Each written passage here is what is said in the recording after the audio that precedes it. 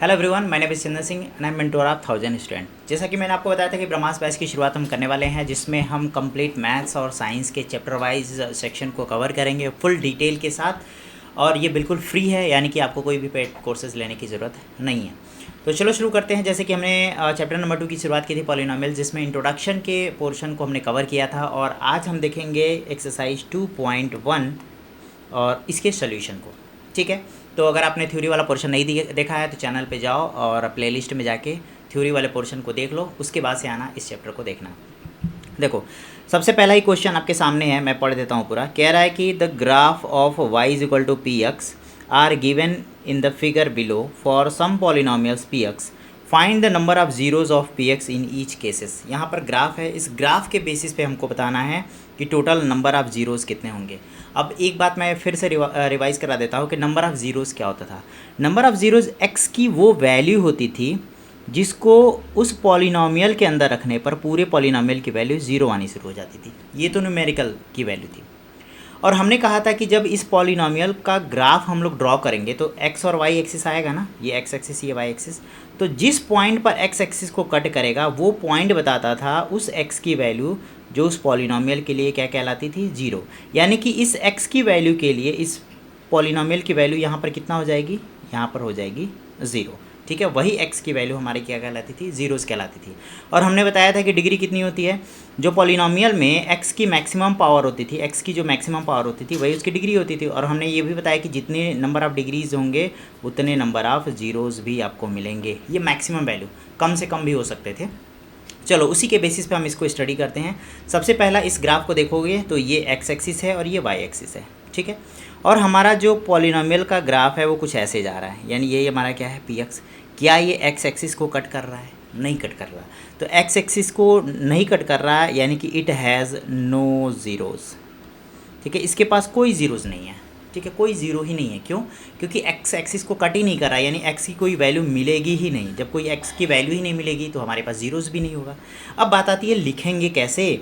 तो लिखने के लिए मैं यहाँ बता देता हूँ कि जैसे हमारे क्वेश्चन नंबर 1 का जो आंसर है, इसको थोड़ा सा मैं पतला कर लेता हूँ।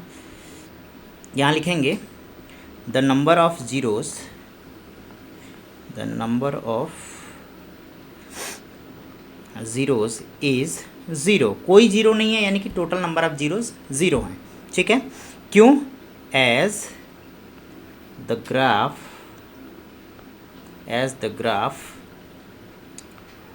डज नॉट इंटरसेक्ट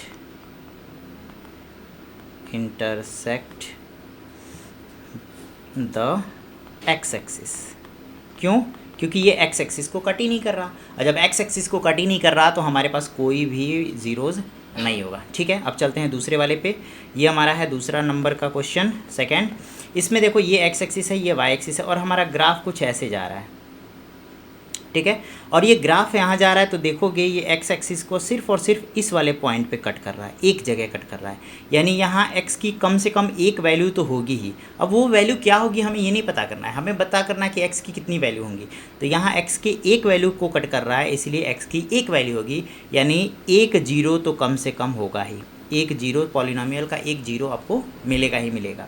ठीक है, तो यहाँ लिखेंगे इसी क्वेश्चन में, जैसे आप लिख सकते हो the number of zeros is 1, एक वैल्यू मिल रहा है।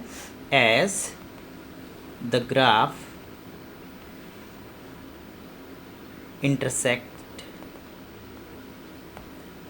at one point, एक पॉइंट पे कट रहा है, इसलिए इसके टोटल नंबर ऑफ जीरोज़ कितने होंगे, 1 हो जाएगा। ठीक है, अब ऐसे ही चलते हैं पॉइंट नंबर 3 की तरफ।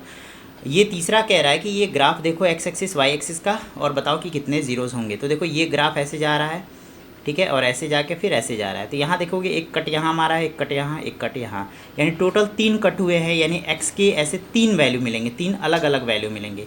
और 3 अलग अलग वैल्यू कहने का मतलब है इसके पास कितने ज़ीरोज़ होंगे, 3 ज़ीरोज़ होंगे। ठीक है, तो मैं बता देता हूँ, आप ऐसे ही लिख लीजिएगा, क्योंकि लिखूँगा तो वीडियो काफ़ी लंबा हो जाएगा। तो यहाँ लिखोगे कि the total number of zeros are 3 as the graph cut at 3 point on x axis. ठीक है, तो टोटल नंबर ऑफ जीरोज़ कितने हो जाएंगे, 3। ऐसे ही बढ़ते हैं क्वेश्चन नंबर 4 के तरफ। 4 कह रहा है कि ये देखो ये ग्राफ ऐसे जा रहा है और ये सिर्फ 2 जगह कट किया है, तो यानी x के 2 वैल्यू होंगी और x के 2 वैल्यू होने की वजह से इसमें जीरोज़ कितने हो जाएंगे, जीरोज़ जो होंगे वो 2 हो जाएंगे। ठीक है, तो यहाँ भी लिखेंगे the total number of zeros are 2 because the graph intersect at 2 point on x axis. बस ऐसे ही लिख देना, आपका आंसर हो गया। ऐसे ये देखो एक्स एक्सिस वाई एक्सिस है और ग्राफ हमारा कुछ ऐसे जा रहा है। ठीक है, एक पॉइंट यहाँ मिला, एक पॉइंट यहाँ मिला, एक पॉइंट यहाँ मिला और एक पॉइंट यहाँ मिला। यहाँ 4 जगह कट किया है, यानी इसके पास टोटल जीरोज़ कितने हो जाएंगे, 4 जीरोज़ हो जाएंगे। तो लिखोगे कैसे, the total number of zeros are 4 because the graph intersects at 4 point on the x axis. Clear है। अब चलते हैं क्वेश्चन नंबर 6 के तरफ। क्वेश्चन नंबर 6 में देखो ये ग्राफ ऐसे जा रहा है, यहाँ टच किया है, गया है, टच किया। अब टच करने का भी मतलब क्या है, सिर्फ इंटरसेक्ट करने का मतलब नहीं, टच करने का मतलब भी एक्स की कोई ना कोई वैल्यू दे के जाएगा। तो एक वैल्यू यहाँ पे, एक वैल्यू यहाँ पे, एक वैल्यू यहाँ पे, यहाँ भी 3 वैल्यूज़ है, यानी टोटल नंबर ऑफ जीरोज़ कितने हो जाएंगे, इसके पास 3 हो जाएंगे। इसलिए इस ग्राफ के लिए भी नंबर ऑफ जीरोज़ कितने होंगे, 3 होंगे। ठीक है, तो उम्मीद करता हूँ कि ये पूरी तरीके से आपको समझ में आ गया होगा। तो ये था हमारा सॉल्यूशन एक्सरसाइज 2.1 का, और नेक्स्ट वीडियो में हम डिस्कस करेंगे 2.2 के इंट्रोडक्शन को। मिलते हैं आपसे अगले वीडियो में।